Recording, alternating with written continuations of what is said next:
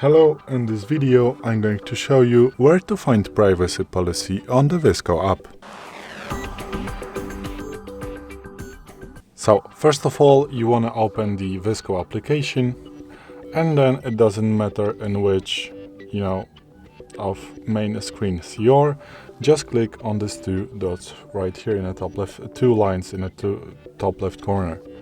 Then you want to go to About, and then you want to click on the privacy policy, and this will bring you to their web page about the privacy policy of the VSCO. So let's wait a moment to make it load. I don't know why this is not loading. Okay, so just a refresh helped, and as you can see now you can find, and here you are at the privacy policy of VSCO. So thanks for watching. I hope this video helped you. If it did, please leave a like and consider to subscribe to our channel. Bye!